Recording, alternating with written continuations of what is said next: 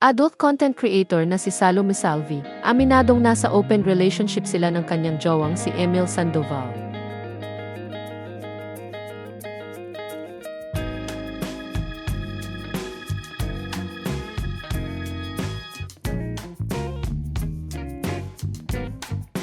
Si Salome Salvi ay isang adult content creator na kilala sa paggawa ng mga proyekto sa VNX o dating Vivamax.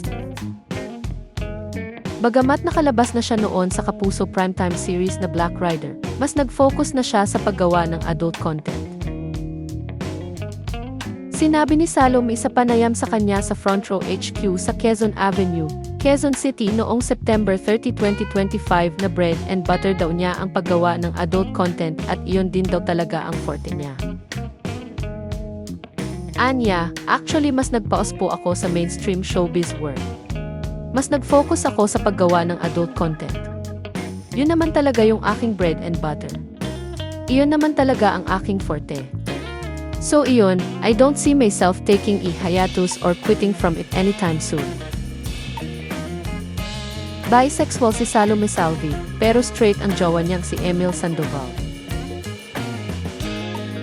Isa't kalahating taon na ang kanilang relasyon, kaya natanong siya kung may plano nga ba silang magpakasal at kung pangarap nga ba niyang maging Mrs. Sandoval. Sagot niya, I'm happy naman. I don't think that we need marriage to validate our love for each other. We don't need marriage to be able to share our resources with each other. So I don't think it's necessary for me. And I don't think I've ever been interested in marriage even when I was younger. No plans. Inamin din ni Salome sa naturang panayam na nasa open relationship sila ng kanyang jowa dahil sa nature ng work nila at dahil pareho silang adult content creator. Dagdag pa niya, open naman daw silang makipag-collab sa ibang tao.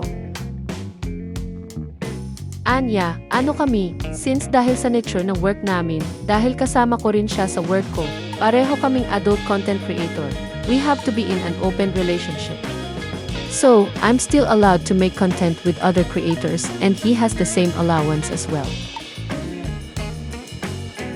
Ayon sa ulat ng pep.ph, nakatagpo ni Salome si Emil sa Viva Office at naging close ang dalawa nang magkatrabaho sila sa VMX movie na Taho.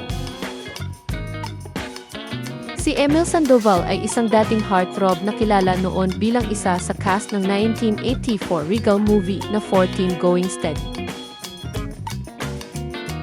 Kasama ni Emil sa cast ng pelikulang 14 Going Steady sina Janice de Belen, Gretchen Barreto, Nadia Montenegro, Mon Alver, Joe Vincent Aldeguer, Albert Anido, at Benedict Aquino.